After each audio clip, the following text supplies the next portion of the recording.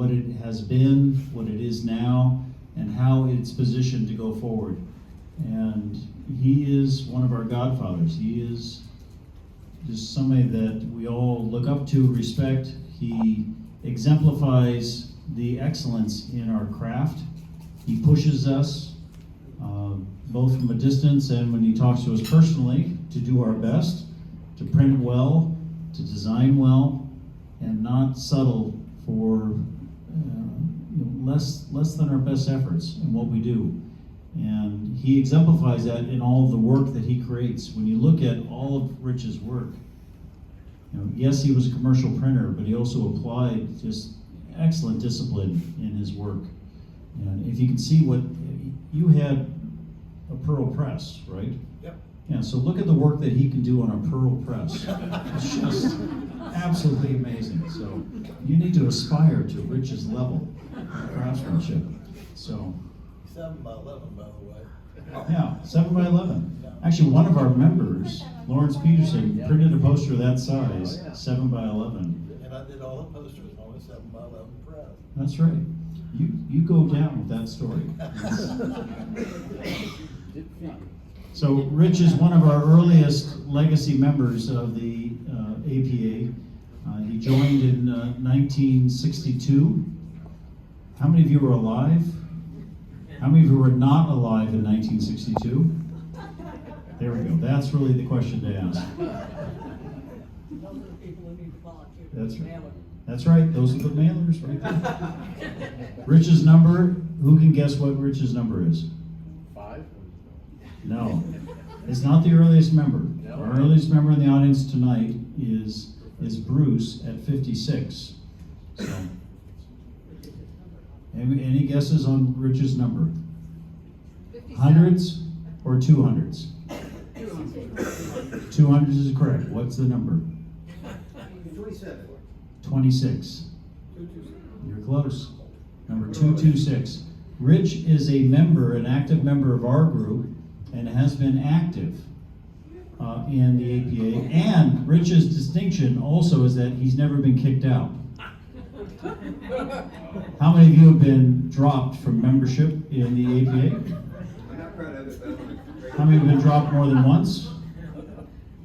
Oh, shoot. Yeah, you always get back in. So he's a member of the APA. He's a member of the NAPA, National Amateur Press Association. He's a member of the AAPA. He's a member and charter member and the founder of the ATF, the American Typecasting Fellowship. That's one of his great accomplishments and legacy gifts to all of us. And a member of APHA. So as my wife would say, what bloody APA group that you're not a part of? It's like you're a member of every A group that there is. So I don't know if there's any others that are in that list. Yeah. So, but in the ATF, we have a number of the members of the ATF group in here, the typecasting group, and we heard a lot about what's currently happening, and that is because of Rich's inspiration as a leader and just pressing forward and making that happen and dealing with what it takes to inspire other generations and dealing with the disappointments of things that don't go right and then hoping for something that will go and for seeds to be planted so that we can have materials and the type and the stuff and the machines are working. It requires people like Rich to make this happen. So tonight is not only our time to hear from Rich, but it's our time to say thank you to Rich for all that you have given and all that you have poured out in your life for all of us. Rich, thank you.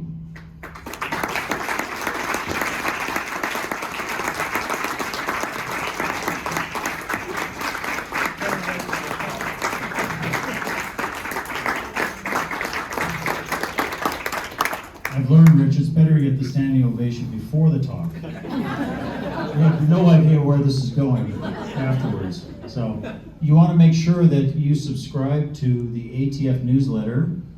Where's Val? Val's back there. So that's one of the amazing things he's created. This journal, you absolutely have to have. Yep. It's it's so full of so much amazing, rich, deep information and stuff that you have to have. So it is been digitized, so you can see the archive of it, but you want to be on the mailing list to get the others. It doesn't take much in the way of funds, but connect there with Val and get on that list. And I think we have a viable game plan for it to survive and move forward and have new content and all that. So that you want to do. And Rich is in the middle of, he said that his typographic curiosities, which is one of his private little journals. And if you haven't seen those, you want them. I don't think we've digitized them. We should.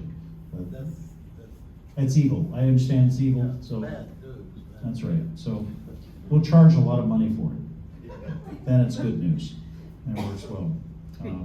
So with that, I'd like to bring up to give us a talk, and we asked him to talk about our heritage and legacy of the APA, and there's so much in Rich about that he can share with us. So Rich, come up and give us that information.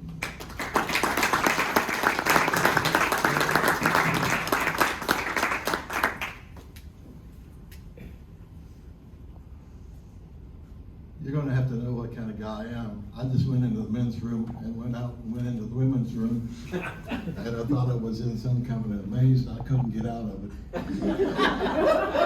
Fortunately, nobody else was in there.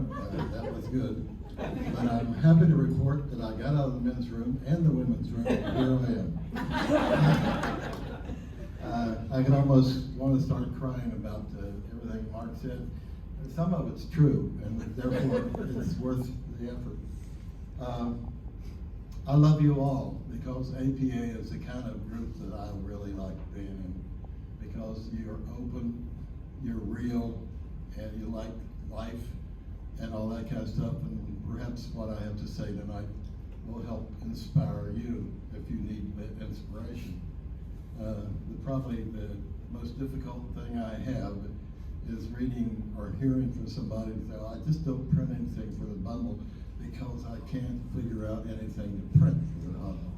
And I think that's a pretty lame, if you've got the equipment, why do you have it if you can't use it? I mean, if you won't use it. Okay, I don't want to give the whole sermon now, but we'll get into it. When Mark asked me to do this, what am I going to talk about? Because I could go in about 6 different directions. I think I'm going to try to focus on APA because that's what we are. But rather than doing a whole lot of talking about my opinions about this, that, and the other, the bulk of my talk is going to be to show you some of the work that I've done, and everything that I put on the screen has been through the APA bundle. So it's not been spared from anybody. None of that went through the bundle because the bundle's not big enough for some crazy reason. I've done a lot of stuff, and I enjoy doing it. So I'll start into my little talk now, if I can. Oh, by the way, before I go further, the young lady that's here is here because she's my granddaughter, and she's got all kinds of attributes, but the one that I want to salute right now is she has made me a great grandfather to 2 wonderful young fellows. I had both of them in the shop, and they got out with all their fingers. So, maybe I can get somebody in this generation, get somebody to do it. Okay, I'm talking about my affair with APA, so I'll get started. I started out with 72 slides. Good. And I read it out to my son-in-law, and he says, 2 minutes a piece, that's 2.5 hours. And I've cut it down quite a bit, but I'm going to go with the tradition that Mark started with APA, and not ATF. I think Ernie Linder's talk lasted 3.5 hours. Yep, at the museum. I'm going to talk for 3.5 hours. The first thing I'm going to do is ask you to be quiet when you leave to go to the bathroom. But you're invited to come back And after you have been to the bathroom twice, wave your arm at me and maybe I'll quit talking. Okay. My fear with APA. You want to do this?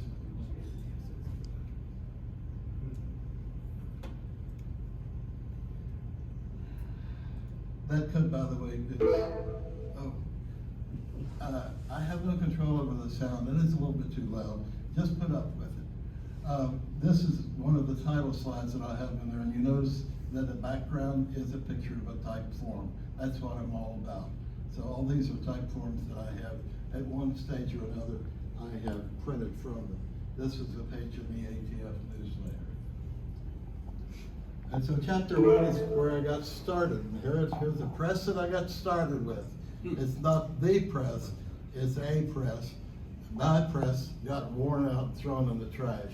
But I found this, I think, in an APA auction, and I bought it. But that's the press that I started with. I don't know what you did, but if it didn't blow up, it's okay. Ooh, okay, okay. Can we get the lights lowered Go back to down? that one. Yes. Go back to that. Sorry about that. Okay, first edition. My father was a chemical engineer. My mother was an art teacher. And I started with this rubber stamp press. Okay, I'm the one that's causing the problem. I've got a touch screen, and probably it's going to go to sleep now. Okay, if you read it, it's the streamer. You do it, and I won't touch it anymore. So much for touching. It was done in 1952. I'm not going to ask how many were alive in 1952. But the interesting story was this, I took the line out, but the first line originally said it's going to be published weekly. And I spelled it W-E-A-K-L-Y. And I was thrilled to death. The work was in the basement. We're turning, hey, that's better. That's better. You can see it. Am I in the way? If so, I'll go to the back of the room. My father was upstairs, and I went upstairs with a piece of paper in my hand, and I was thrilled to death, and he broke out laughing like my dad never laughed. He just laughed at it. And he said, son, he says, if you're going to be a printer, you're going to have to learn how to spell.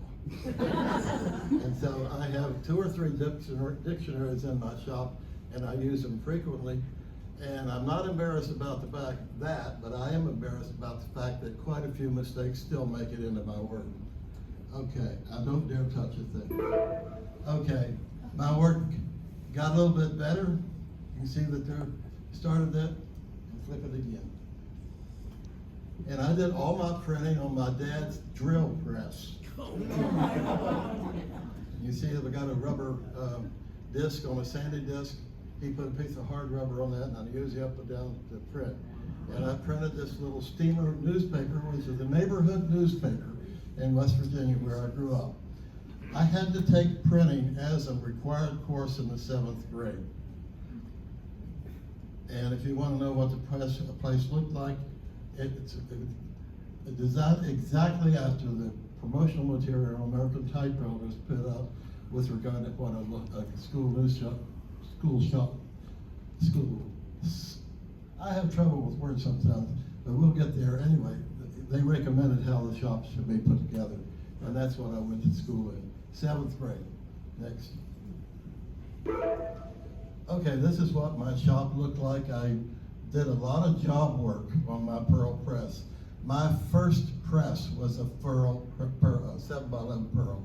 I still have it, and I used it 2 weeks ago, so it's still alive. I was blessed with getting started with something that was worthwhile rather than Kelsey or something like that. Okay, by the time I finished high school, I cleaned up the shop. That last slide showed that I only had 4 cases of type at the time, and I grew quite a bit here. But I cleaned it up because I was going to college and mom and dad didn't want that mess in the basement, so I really cleaned it up. But it sat there for the next 7 years. In chapter 2, this is me meeting APA. And that's my first piece for the bundle. 3,245 square inches. That amounts to about 5 square feet. I found out about APA because I ran an ad in the classified section of the local daily, and I was seeking type cases. And the man called me from the newspaper. His name was Bill Garrett. He worked on the copy desk, and he said, "There's an organization that you need to know about." And I said, "Who's that?" And he said, "APA." He had just joined APA himself, and that's how I got started. And in case you're wondering, I have spent quite a few lines. As a matter of fact, I'm still bent over from picking up cases of type and sorting through them and dumping them out and filling them up and all that kind of stuff. I got started even before I lost all my hair. Go ahead. I do want to spend a moment or two talking about our founder, who was Mike O'Connor. Mike started APA when he was 15 years old. How many of you started an organization when you were 15? It was an amateur journalism organization, and their means of doing work was mimeographs. That's what they were doing. Another fellow he was a second president, is Fred McMahon, and he started leaning on the idea that really you ought to turn it into a printing organization because printers really needed an organization. Mike listened to him, and they converted APA, and Mike became a printer himself.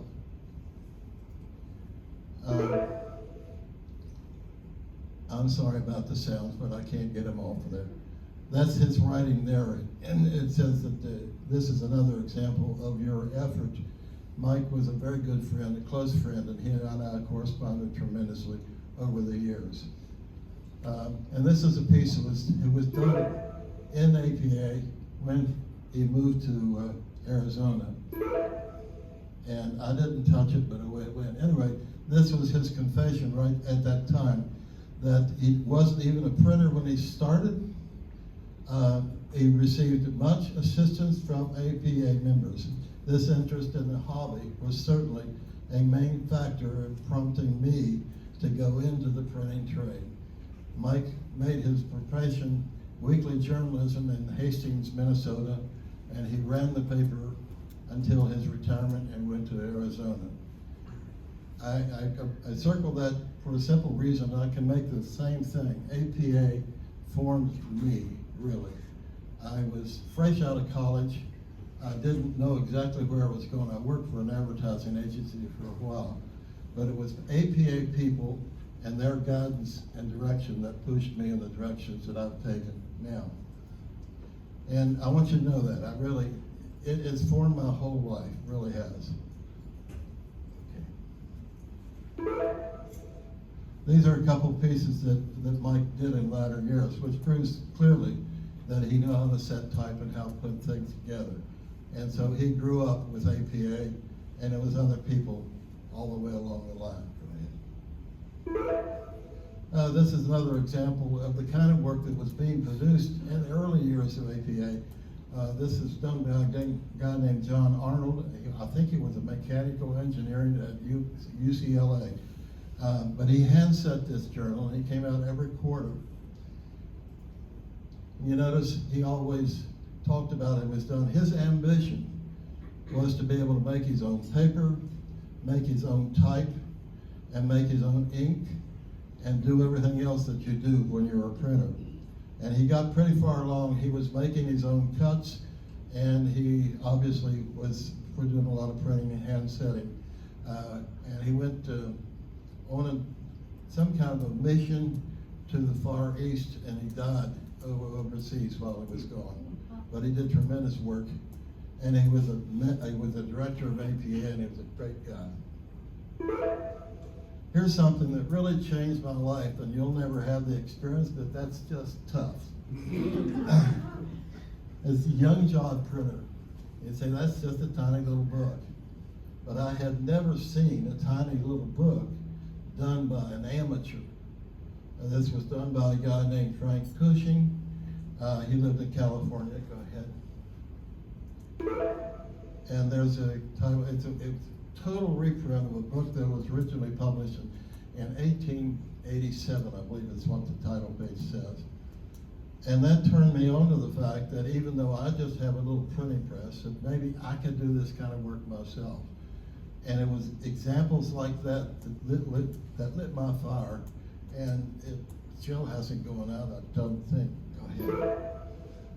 As a matter of fact, that's what inspired me to start this little publication. It's called Typographic Curiosities. And when I found about something like ligatures, that was new stuff to me. And so I would write a little booklet like that. And I have been doing that ever since. But I've only done about 30 issues, but that's better than nothing. I was in graduate school, and I had a linotype machine, and that's another story. I don't want to go there. But at any rate, I taught the course in typography, and so I had access to the type lab, and so I did on the linotype machine. I did it on linotype. I didn't say monotype. I said linotype. But at any rate, I did this newsletter quarterly for about 3 years. I had to give it up because Uncle Sam was beating on my door, and so I had to clear out. I got more of a deferment, and so I ran for president and became president of APA. How about that? I think it was 64, I think that was when I did it. And when I was president of APA, I hand sent this little journal quarterly called Prexy's Perspective. That's such creative work. It's amazing. Go ahead. And this shows the kind of work that we were doing. This illustration of the corn hanging there was printed from a single cut, but it's 3 colors. And Bruce Town, who was a mailer for APA for about the first 6 or 7 years, showed me how he could use friscuits and blank out part of the illustration and print that color and then wash up and use a different frisket. It's a complicated way of doing it, but you can still do 3-color work with a single cut if you know what you're doing. And I just throw that in there, that young girl that's working on the typewriter, that's Amy's mother.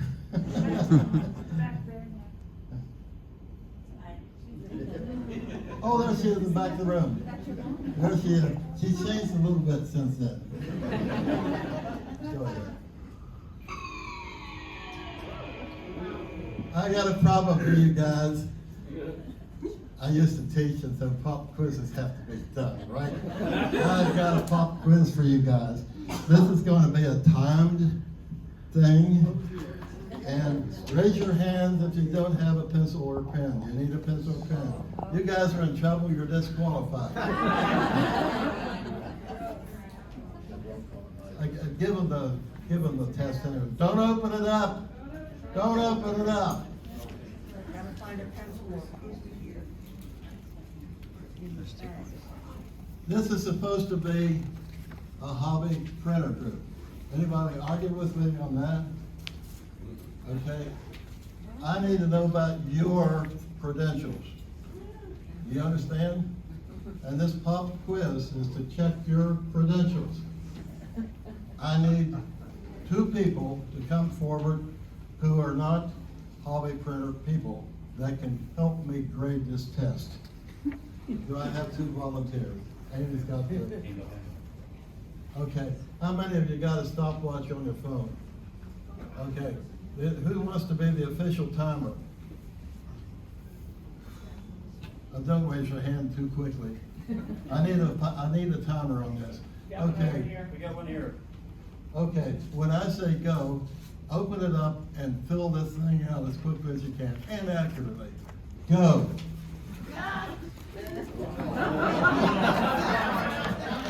All right.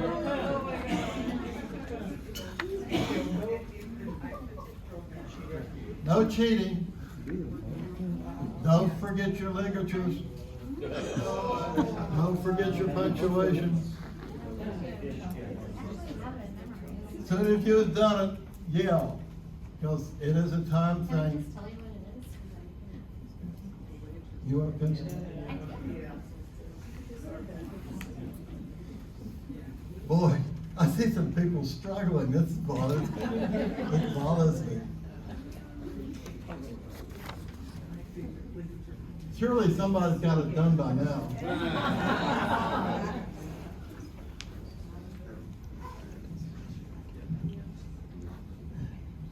Glory be.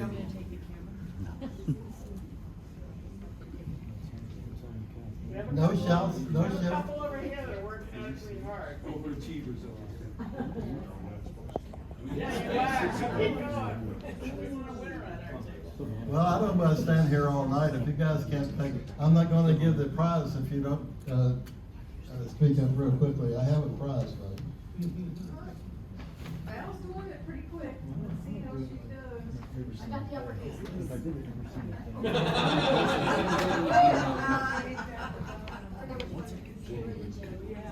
To inspire you, this is what I'm going to give away. This is a booklet I printed quite a while ago on the Vandercook, set in 16-point deep theme. And it's the true life story. I got all I know. You said the leaders. Yours number one right here. Okay, somebody's got the test.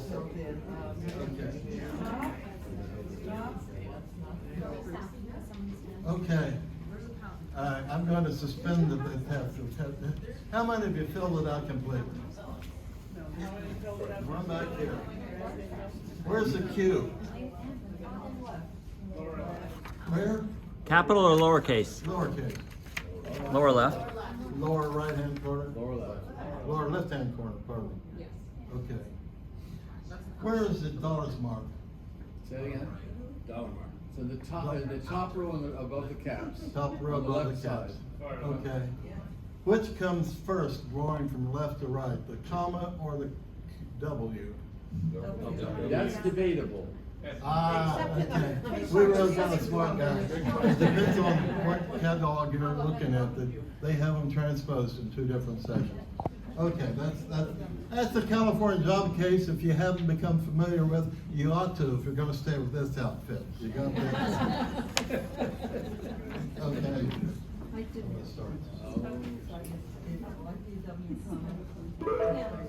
Okay, now I have to tell you a sad story. It comes at the coming of the clouds. I am the only guy that has been president of the United States. You could be. Right age. I'd vote for you.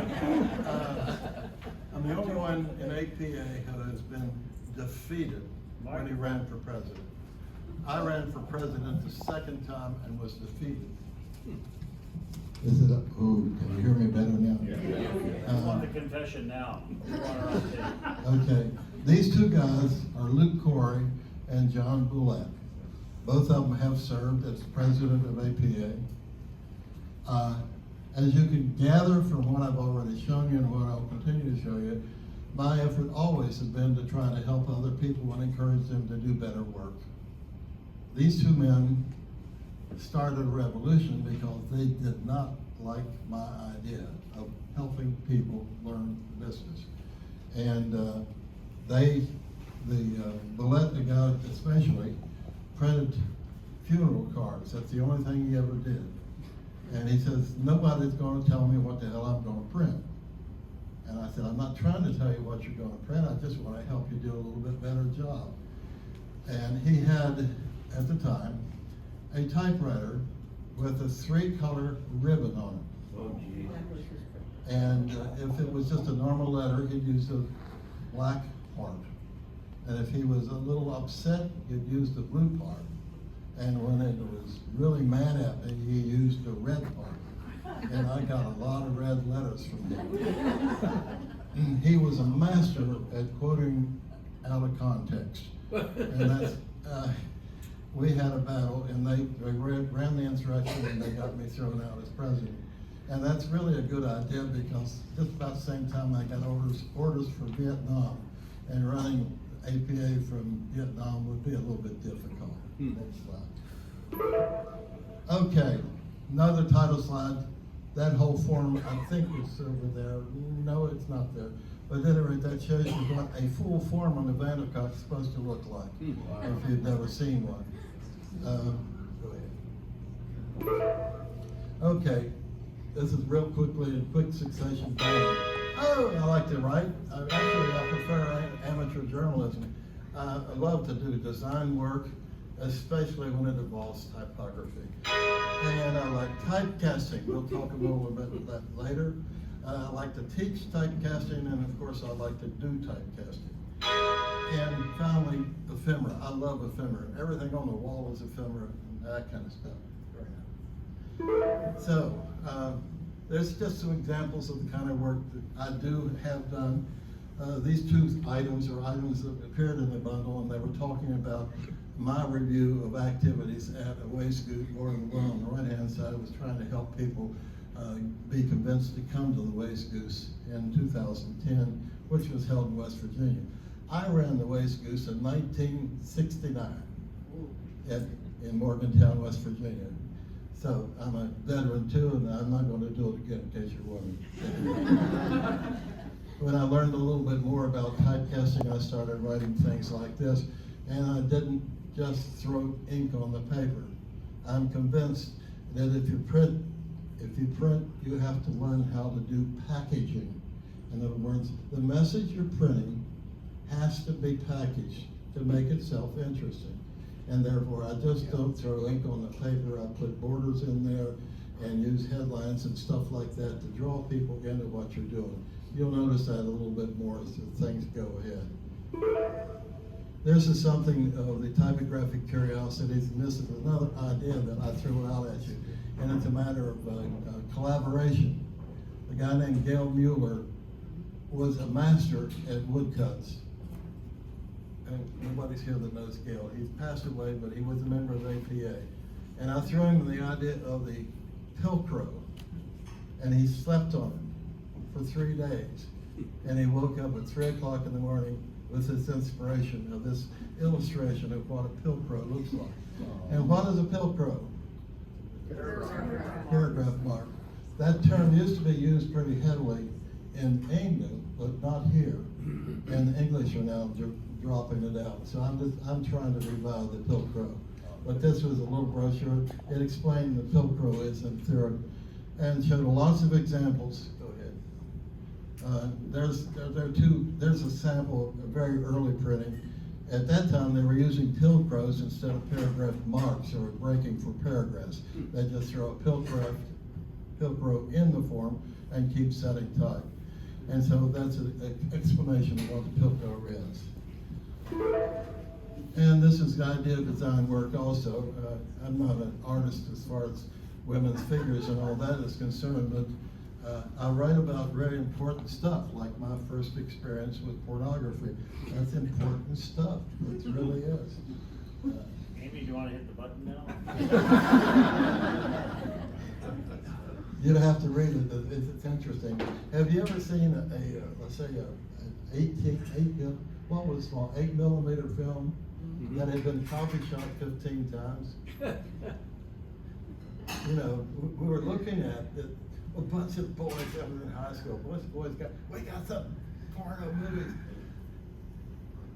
You couldn't see what was going on because it was a copy shot, but that's all. Flip.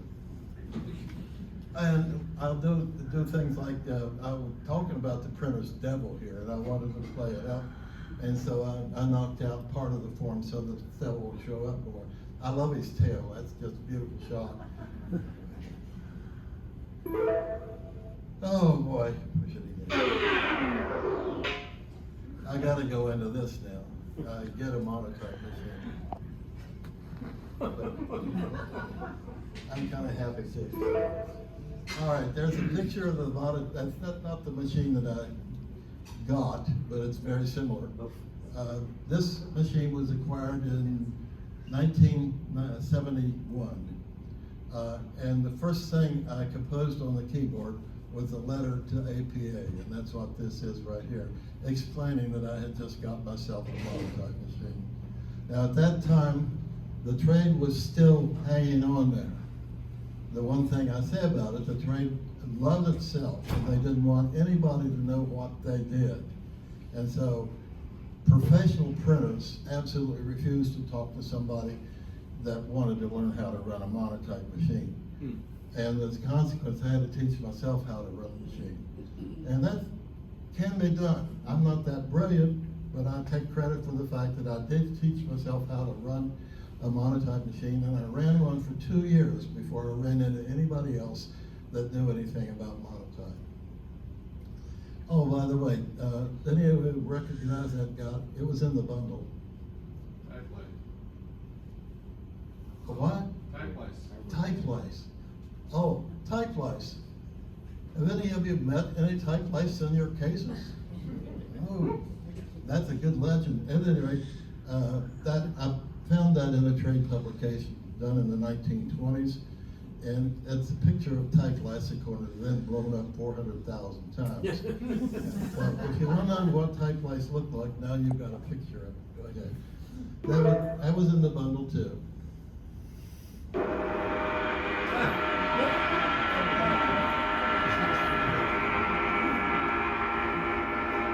I'd say lights up if we could go for a minute, but go ahead and hand it out. Everybody gets one. Hmm? Are you going to announce the winner of the first one? Oh, okay. Who's the winner of the first one? One you created. I think it was yours.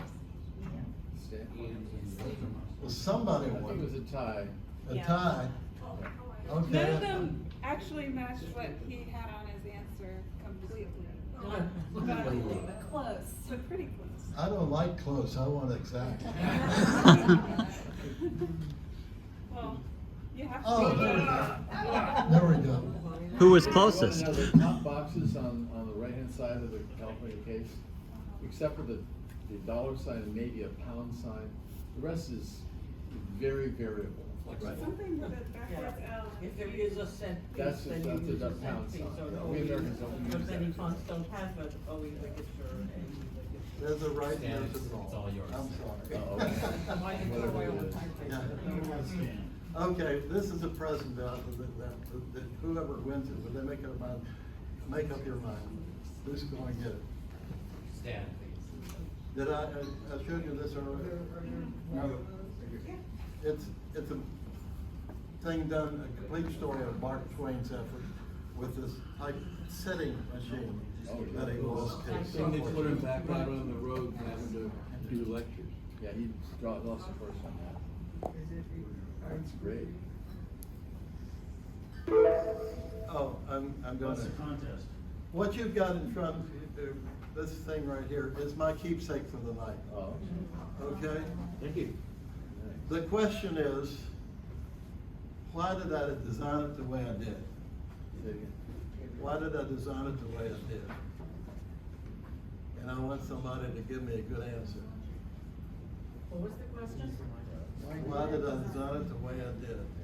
Because you're a brilliant printer? A what? A brilliant printer? Brilliant printer. That's part of it, yeah.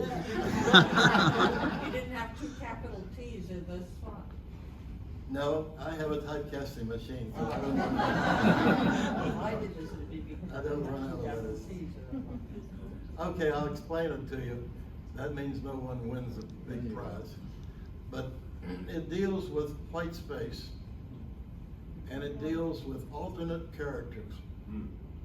Now, you study the various not trade publications, specimen books and things of that nature, you find out that there are alternate characters. Name some of them in a normal Roman font. Yes. A. A-E. Capital M. Capital M. Well, you're A talking Roman about- font or italic font? I was talking about Roman. Roman, I didn't hold say on. that, but Roman. Oh, no, I jumped real ahead. The lowercase, not the capital L bothers me because they put a terminal on it. really come out here, like that. Well, that font there is Bimbo, which is a wonderful font, but the English monotype made a long tail on the R as the standard character in the font instead of the alternate font. That's a mistake as far as I'm concerned.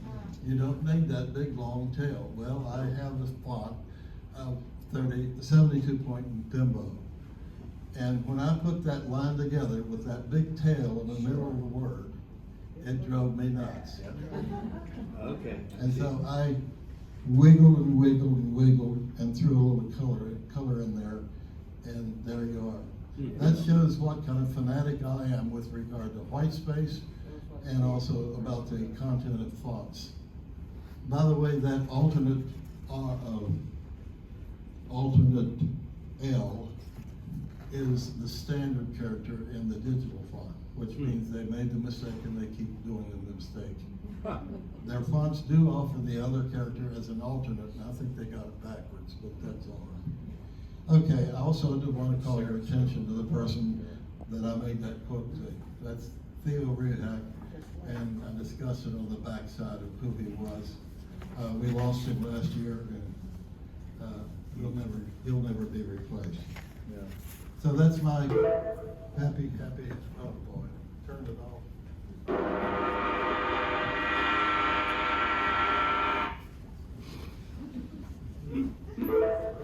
Okay, we're talking about me getting a monotype. I showed you a picture of one. This just shows you that nothing stops at one. How many times have you bought one case? No, you get one and you see 5 more there and you take them off. In my instance, I'm what you call a saver. A saver is the person that saves stuff from destruction. And the next generations of people are going to have to carry it on. But I'm one of the last savers around, and it really bothers me that I'm that old, but I can't do much about it. So I started out with one machine, and perhaps 10, 12 years, I started getting other machines, and I have turned it down. I've told other people here today. In one instance, I got a call from a former student in Pittsburgh. He said, "Do you know what a linotype is?" And I said, "Yeah, I think I know what a linotype is." And he says, "You want one?" And I said, "What are you talking about?" He says, "You want one?" And I said, "I'd like to have a linotype, but I can't have a linotype because I have a monotype." And he said, "What's that mean?" I said, "Well, the monotype is this tall. A linotype is this tall. And the ceiling in my garage wasn't high enough for a linotype. You thought I bought monotype because of the superior typefaces and I'm superior this.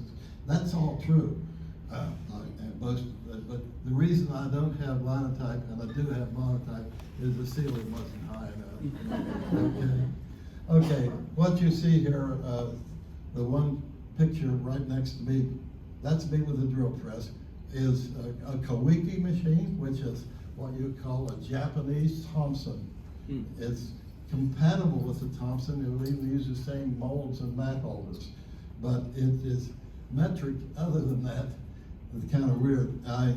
Everything I have in my shop has some kind of story, and sometime if you got a couple of hours, I'll tell you how I came to get a typecasting machine from Japan. The one on the left is the English Supercaster, and that came out of the U.S. government printing office right in this city.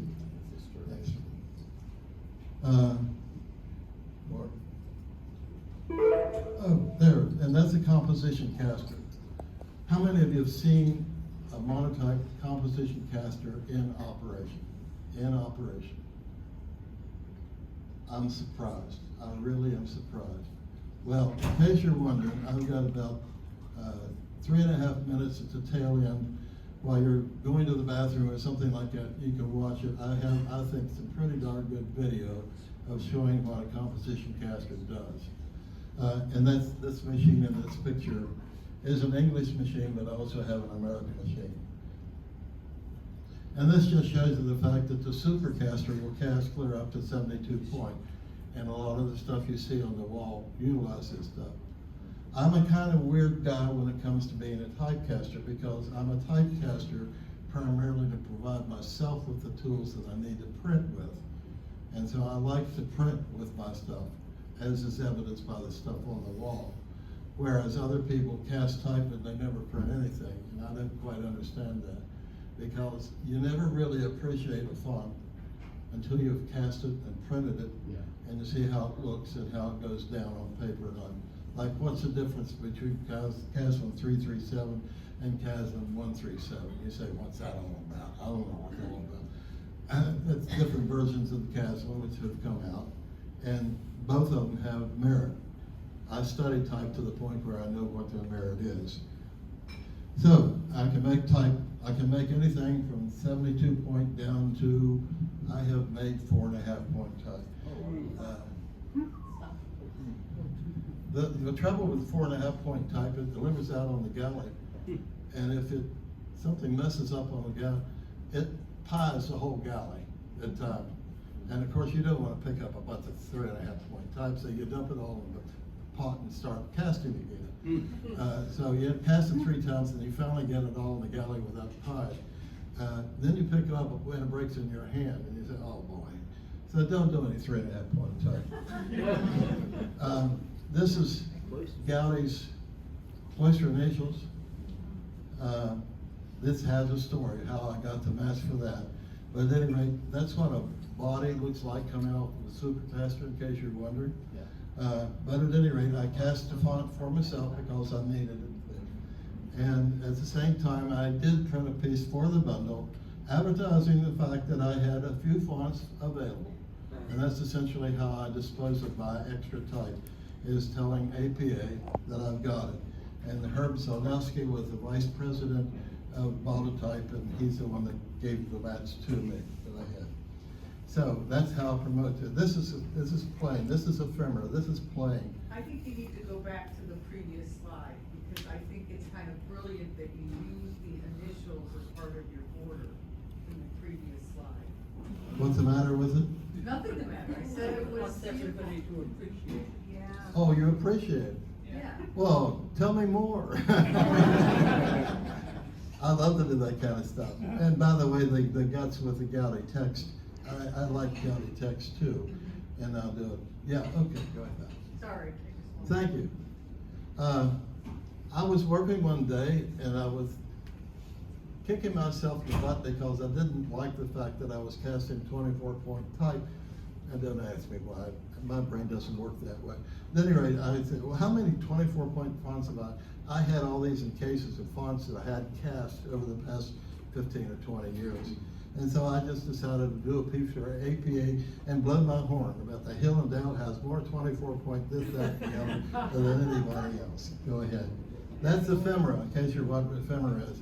This is about packaging. I have the article is what boys and the girls could expect as employment in the field in 1891. That sounds pretty boring. It's kind of interesting to guys that are a little bit offended by women that scream and yell about this, that, and the other, because this piece distinguishes between a male and a female. The female's worth 10 cents, the male is worth 25 cents. But at any rate, I did decorate it up to make it interesting, and it was a booklet. This was the cover page. Go ahead. And here's another one. Believe it or not, this is I was studying some hobby stuff done in 1902. And this page was done, and I looked at it closely, and not the stuff in the middle, but the frame. And I realized that I had everything necessary to reproduce that piece. So that piece is a reproduction of something that was put together by somebody in early 1900. And this is probably the last one I'm going to talk about, and this has a story too. This is the Utopia was the title of the book that Bruce Rogers designed years ago. Are you aware that in a print shop, a union print shop, no one could touch type unless they were members of the union? Yep. Bruce Rogers designed this cover by taking pieces of paper that he pulled proofs on and cutting and put it together. He took his layout to his composing room for the cover of this book, and they refused to do it. So he cleaned it up a little bit, and they made a photo engraving. So the original book was printed from a photo engraving instead of the type. And I want you to study the type a little bit now. Here, I'm going to show you. This is a form. Two guys from Michigan came down to see me at the Hill and Dale, and we struggled. How long? 2 days? 3 days? 3 days. Struggled with that thing. First of all, you notice that the type is set at 45 degrees. See how that? Let's do it. Next slide. Here's a blow up of it. Everything's in an angle. This is where it comes in really nice being your own typecaster, because something like this demands absolute precision in casting. One element here is cast on a 24 by 21 body, and the other one element is 24 by 24. And so that's how you get the offset between the two characters to make an S shape out of it. That's dealing with the variations in those are Jensen characters, and they come from both English monotype and American monotype. But assembling this thing, every time you try and push on it, it pies because of the 45-degree angle. That's the main reason up at the top right-hand side, you see in the center area, I used some 24-point plots to firm it up a little bit. We actually locked this form up and printed from it in Heidelberg. That means it. And I was so proud of it, it's still locked up and it's not in the press anymore, but it's still in Chase.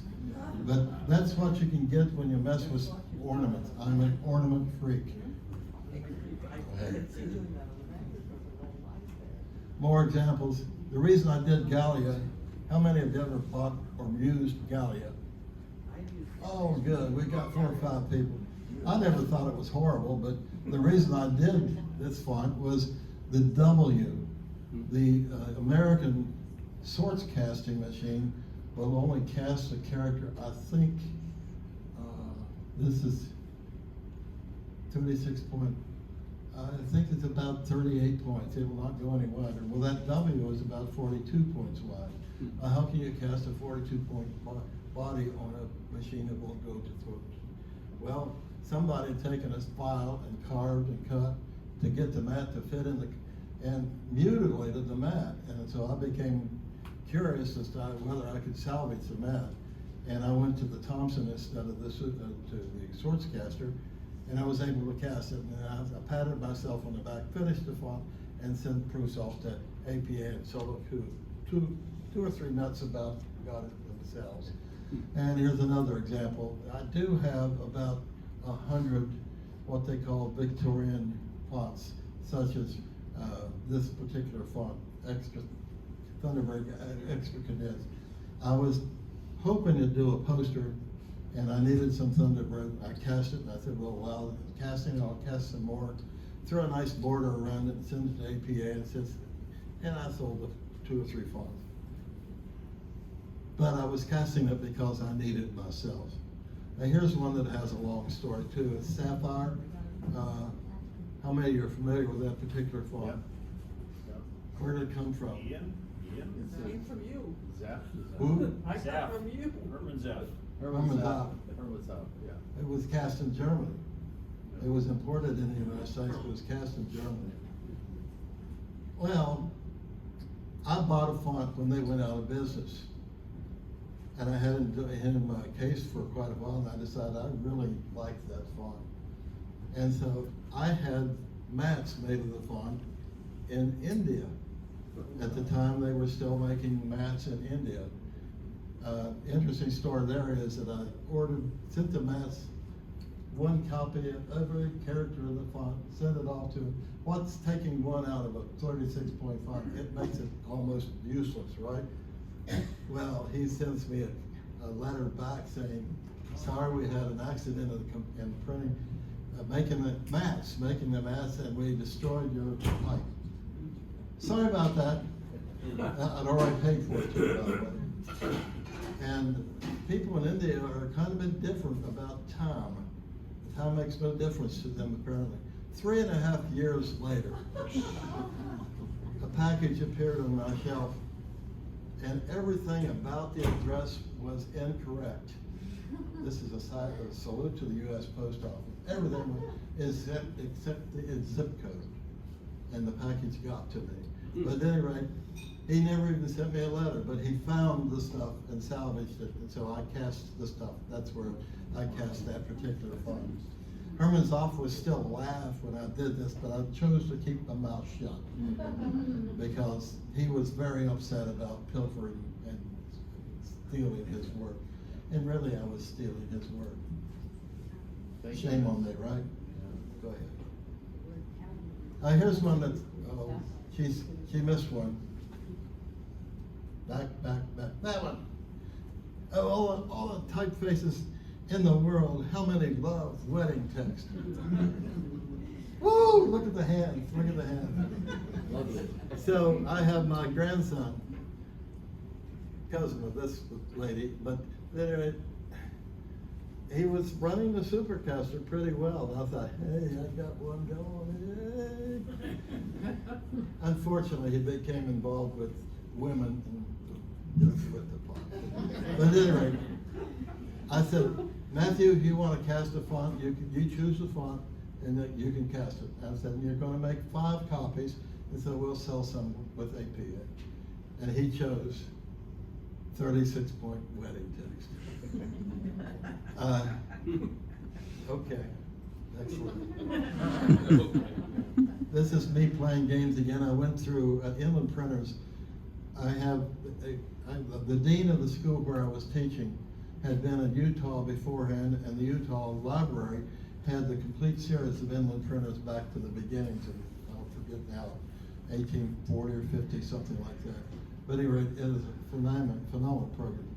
Well, I was in his office one day and I noticed bound copies of the Inland Printer on his shelf. And I said, what's that? And he explained it to me. And when he left the university where I was, he gave them to me. It turned out that he was going across campus at Utah by the library and had found these things in the trash can, in the dumpster. They had, what do you call it, photocopied, what was, there was a fancy name. They were de-accession. They put on a roll of film. On microfilm. Microfilm. They had microfilm the font, or the originals, and threw them away because they didn't need it anymore. If you compare a microfilm to what's in those pages, I mean, you never see one letter printing wrong in the Inland Printer. And perfect. But anyway, I saw this illustration of what I would call pied type, and it fascinated me. John Horn and I talked about it quite a bit. At any rate, I came up with this design with Corel Draw and things like that, and Theo Rehak engraved the mask for me, and I cast them on it. There are 2 characters that, but as you turn them 20 or 90 degrees and then another 90 degrees, you get a different image. And so it looks like there's a lot of different stuff there. But that's me playing with things, and I just love to do it. This is another one, an example of me playing. Every character that you see in this particular piece is cast from an original Foundry matrix. And original Foundry matrices, except for American Type Casters, everything ended about 1992, something like that. That's when ATS went in. At any rate, these are all original mats. Now they're very hard to cast on a Supercaster, but I've fiddled with the Supercaster and fooled it into making it work this time. And so I made these ornaments. And so they're not photo duplicates of something somebody else has done. The detail is there. And so after I got them all cast, I set this up to lure people in there. I think the one in the lower right-hand corner is probably the most interesting, not the fist, but the thing right beside. How did you hold a bunch of papers together before staples and before paper clips? You took a straight pen and shoved it through. That's what that's a paper pen shoved through there. And those are 3 mats. So if you ever want a pen, I have the mats, and maybe I can send it to you. Next. Here's another example of my work on typographic curiosities. How many know the name Saul Hess? How many know the name monotone? American monotone. Yeah. Saul Hess was type director, shall we say, for American Monotype from 1902 until 1952, 60 years. Every font of mats that were produced by American Monotype went through his design shop. There are a few fonts named Hess, but think about that. We didn't have Xerox machines. When you wanted to take 20th century, or whatever you want to call it, future, and you want the condensed version, you have to draw it by hand again. And if you want the bold version, do you ever think about making a bold out of a Roman? And all of a sudden it's the same height, and usually it's the same width. And so it's manipulation within the letter to get it heavier or wider and all that kind of stuff. All that had to be done by hand up until, what, the 60s? At any rate, Saul Hess did all of that for American Monotype, all of it. And so I think, and by the way, he and Frederick Gowdy got put in place on top of him. Gowdy was type director, quote, quote, for about 30 years. Saul Hess was there in the background, correcting Gowdy's problems and making his look good. And Saul Hess doesn't name him, but he's talking about the people at Monotype wouldn't let him make his letters crooked on purpose. Well, Gowdy made letters crooked on purpose, and Saul Hess tried to straighten him out, but he didn't get it done. At any rate, this is a discussion of the two guys, which were good figures. And by the way, Hess and Gowdy went to England for the design of, what was that base that Bruce Rogers is remembered for? Centaur. Centaur was supposed to be issued by American Monotype, and the three of them, Rogers had moved to England at the time. Rogers and Hess and Gowdy, all three worked on it, but the American Monotype company was falling apart, and they knew it, and that's why they went ahead with it with English Monotype. So the next time you see Centaur, you just beat on your chest and say, I know that Frederick Gowdy had a little bit to do with that. Okay, next time. And this is more of my playing around. When I do something like that, I firmly adhere to the term in typography called monotypographic harmony. And what does that mean? Mono, what's that mean? One? Okay, if you start out with bimbo, you finish with bimbo. You don't put a line of century expand in the middle. You stay with the font. And so in this case, it's Gowdy text, not Gowdy text, Gowdy old style. And that's not the same as Gowdy gimbal, and it's not the same as Gowdy old style. It's Gowdy. Anyway, I needed this font, and I had the swash characters, but I didn't have the rest of the font cast. And so I cast the, I think 24 point, just so I could do this title page. And those were the fonts that I had with me today. Go ahead. And this is me trying to encourage you. I just show this to show you another example of being an ancient thing. This is done to use that rubber cut in the upper right-hand corner. We had a guy in the APA, his name was Schumacher, I'll come up with he lived in Cleveland. Shoemaker. I heard say Bernard Shoemaker. Yeah. Bernard Shoemaker, yeah, big tall fellow. He developed that, and he actually issued to APA a specimen book with all these weird illustrations, and you could order a cut, and he'd throw them in an envelope and send it to you. And that's where I got that illustration. And I thought that was just a way to really talk to you about the fact that you don't have anything to do, and therefore you don't do anything for the bundle. That was just an inspiration. I got mad at somebody's letter, and that's why I did a piece for the bundle. So this is ephemera. That's what you can do if you want to do it. And this is a form that you just saw handed out to 3 people.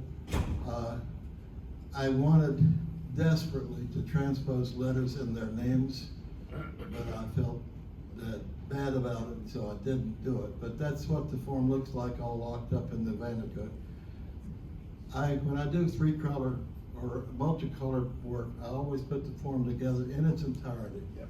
And then I tear it apart after I pull proofs, and I like it. And that the whole image, as you see there, serves as a guide to make sure I get things positioned properly when I change colors. But that's how I do color work. And here the video is the monotype composition caster. I think you'll find it interesting. It bothers me that there's a whole lot of stuff on the internet of these early machines, but invariably they're so fuzzy that you can't even see what's going on. With this video, done with a cell phone, is much better than you can see anywhere on it. So it'll take a minute or two, you can get the lights on for a second. And if you need a potty break, you can do that right now. And then we'll have a little discussion, and that'll go up in the day. Oh, Amy's better than I am.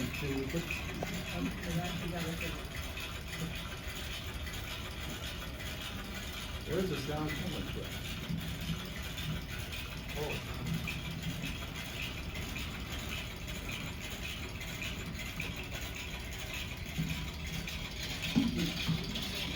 You're in front of the video. We can run it back. You can actually read the pipe. So that's what we mean by composition. It actually puts the letters together in justified lines. And then we mark it out.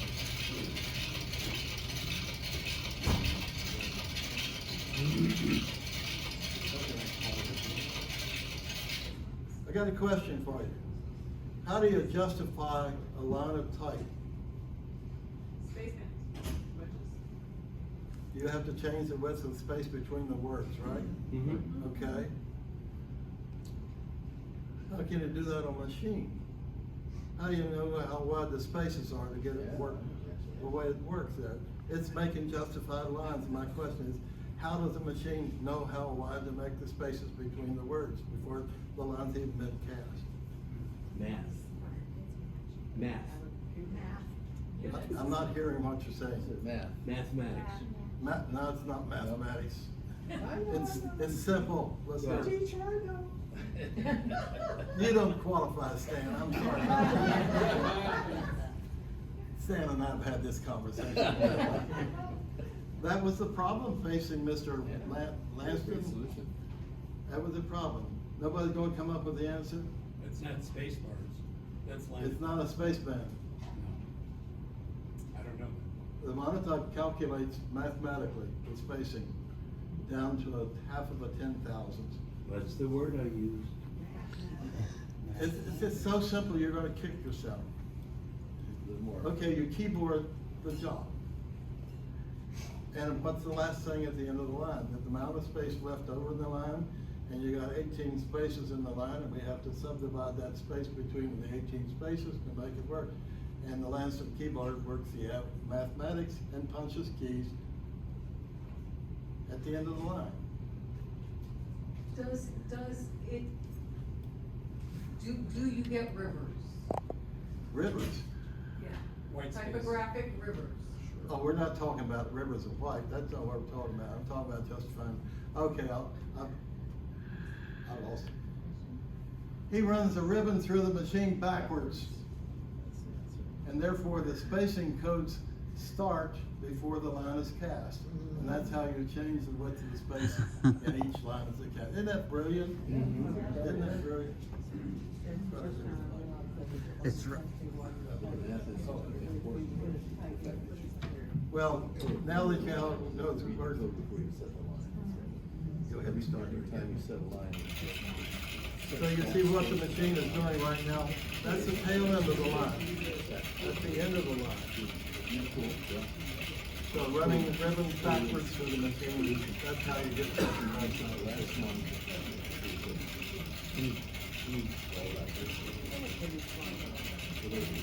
Isn't that amazing? I'm gonna go up and look down on the machine and show you some of the mechanisms.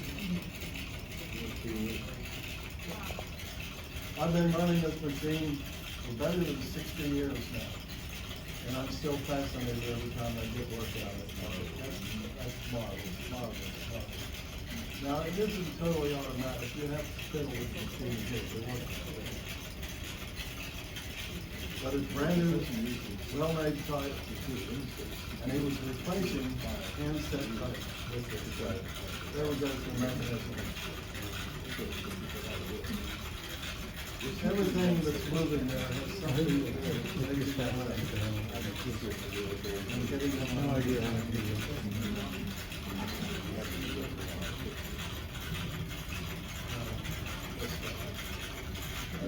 hit the lights? Can we hit the lights? A comment, you know, the sound that you hear there, I was at the GPO and they were running 40 machines at the same time. Wow. And they weren't wearing hearing protection. I have a feeling that all their comps were deaf. They had to be. They had to be. Running. I wear ear, of course I've got bad ears anyway, but I can't take the noise off. They I did wear their earphones. lives out, yeah. My youngest daughter, her bed was right on top of this machine. And she said, where's the cat? What did Laurie say about it? She said it put her to sleep at night. The repetitive sound put her to sleep. Okay, how many of you have experienced a monotype underneath you going clickety-clickety? Okay, I've been more happy to willing to ask questions until I fall down, and then I'm ready to do it. Before that, I'd just like to say that we have some of Rich's videos posted on the AFA Chesapeake YouTube channel. So if you need more videos from Rich, just Google the AFA Chesapeake in YouTube, and we've got some of this stuff up there. And Rich, we're happy to host any other videos you want to put up there. Thank you, thank you. If you put her on a loop, you can sleep to her. Yeah. We could run them backwards and see how they work. Mr. Hopkins, where did Hill and Dale come from? Where's that? I live in West Virginia. Yes, sir. I'm a native West Virginia, and one that semi-literate, but we don't want to go down that road. I really love the place, and I think the end of the earth is somewhere in Arizona, and we got a couple from Arizona to go on home with me, and I'm going to show them what the beautiful West Virginia hills look like. I was impressed, and I remember the Christmas hymn about the little red church in the valley and all that. That's where Hillendale came from. Okay. It just sort of a salute. Then I found out that a big printer in Chicago, who are the big guys in Chicago? But anyway, they had a private press called Hillendale. But I said, I'll outdo you guys, and I have outdone them. They closed up a long time ago. So I'm not originally with Hillendale, but that's why I chose it. You know, I always use an ampersand. I love ampersands, and I gotta use it. Okay. Other questions? Everybody asleep? Formally or informally, I'd love to talk on more if you want to talk. Thank you very much. APA is me, and I love APA because it gave me a career and it gave me all kinds of pleasure. And it's wonderful people like you. I've never, well, yeah, I started to say I've never met a bad guy in APA that I have.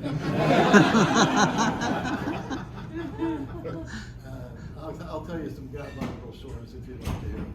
Okay, thank you so much. Appreciate it.